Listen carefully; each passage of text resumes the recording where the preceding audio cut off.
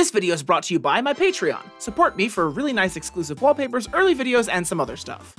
So, okay, here's the thing. It kind of feels like a lot of things are really bad right now. Modern geopolitics is bad. Social media is bad. A lot of recent movies are bad. A lot of recent video games are bad. A lot of recent TV is bad. And me, with my silly little YouTube channel, I'm not gonna be able to fix all that. But what I am good at is talking. So what I'm gonna do now is tell you about 5 cool good things, and maybe it'll make your life or maybe just your day a little bit nicer.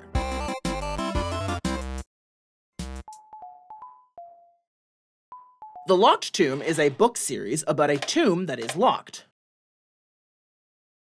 I don't know if I needed to explain that part, honestly. I mean, there's like more to the books too. It's not just like 1,500 pages of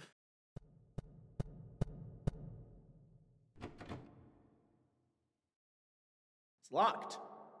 The basic premise of the first book is that the best necromancers from the 9 houses get called up by their emperor to come round and do some kind of fancy trial to become immortal super wizards so they can help him out because something vague and bad happened to most of his other immortal super wizards. The protagonist, Gideon, the girl on the cover, is the bodyguard of the necromancer from the 9th and worst house, Harrowhark Nonagesimus, and profoundly does not want to be there, does not want to have to wield a dinky little rapier instead of her cool 2-headed broadsword, and, above all, does not want to be wearing the stupid over-the-top spooky skull makeup. There's sword fighting, there's magic, there's spaceships, there's amazing writing, both funny and dramatic, there's likable heroes and fantastic villains, and characters who are vaguely kind of both. The world building is absolutely S-tier and gets revealed in a very subtle and well-executed manner, and it's got this just awful wet rat garbage gremlin called Ianthe Tridentarius, who is somehow both one of the best characters I've ever seen in anything and also possibly the worst person in all of fiction. Sounds good? The books are available at your local library for free, and there's also a fantastic audio version read by Moira Quirk. Read these books and they will make your life better. A Short Hike is a sandbox adventure video game that I talked about at length in my last video, but just in case you didn't watch that one. A Short Hike is about a teenager, Claire, visiting a park where her aunt works, and finding out that the only signal on the island is at the mountain peak, tries to climb there for an important phone call. Most of the gameplay is, well, going on a short hike, roaming around side questing to get the golden feathers you need to climb. And yet, somehow, no exaggeration, it's tied with, like, Portal for the title of Best Video Game I've Ever Played. If you get nothing else from this video, play A Short Hike. In my entire life, I've never encountered a game as fully dedicated to creating a pleasant experience as A Short Hike is. Everything from the controls, to the graphics, to the character design, to the music, to the sound effects, to the color scheme, are all carefully handcrafted to be just like a totally chill, relaxing vibe. The game's not too long, it's like $8. If you can afford that, or if you wait until it's on sale, play this game and it will make your life better. So, Hank Green wrote a sci-fi book. The story is about a young graphic design artist named April, who finds a weird statue on the street one evening, and gets her friend to come help her take a video of it and post it online, and then everything explodes, and things happen, and stuff goes on, and it's unbelievably difficult to talk about this book without spoiling it. Hold on, how did Hank summarize it when it first came out?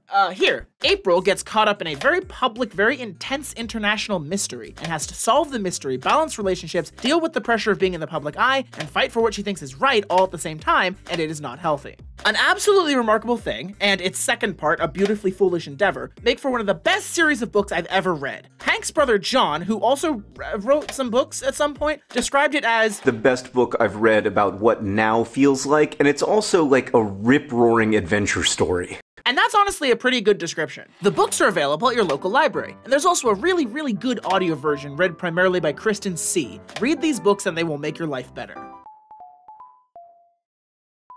Local Vegetable is an animator whose videos are quite possibly the most adorable videos I've ever seen in my entire life. Just look at this. It's a secret.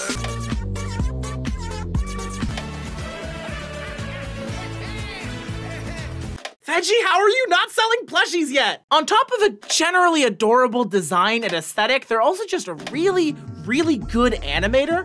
Because I'm a very specific kind of nerd, I always get a kick out of the really fantastic lip sync work in their videos. He's my best friend, he's my pal. Billy. Billy, stop. Hello, everybody. My name is MacLeod. But the animation in general is just captivatingly well done. Veggie super doesn't need my shout out because they've got like 3 times my subscribers on YouTube and significantly more than that on every other platform, but this video is about showing you nice and good things that will make your life better, so, you know, whoa, Veggie be upon ye. Veggie is on Instagram and TikTok and YouTube, and you can watch all their stuff right now for free, so if you got a couple minutes, watch some of these little shorts and they will make your life better. The Hobbit the Musical is a short film based on Tolkien's The Hobbit, made in 2009 and posted on the YouTube channel Yanolala.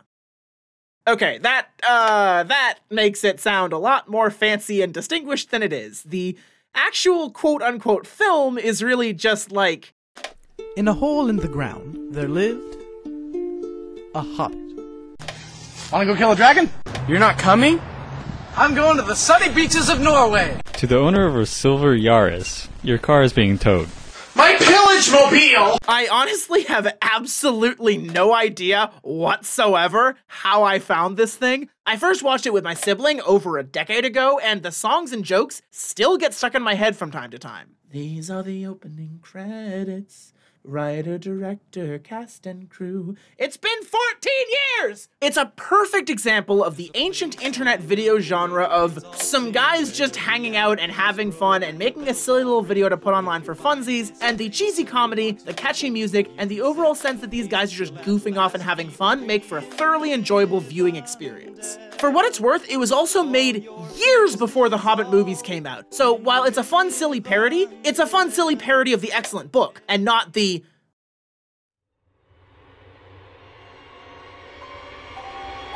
film trilogy. If you grew up in the mid-2000s and remember watching YouTube from that era, this little 240p video thing will give you massive nostalgia. And if you didn't, then this will give you something of a sense of what that period of content was like. I've put all 4 parts together in a playlist that I've linked in the description and up in the card. If you've got 40 minutes to spare and want to see some truly fun, goofy, cheesy 2009 era videos poking fun at a really great book, along with, and I really cannot stress this enough, really catchy music, then watch The Hobbit the Musical and it will make your life better.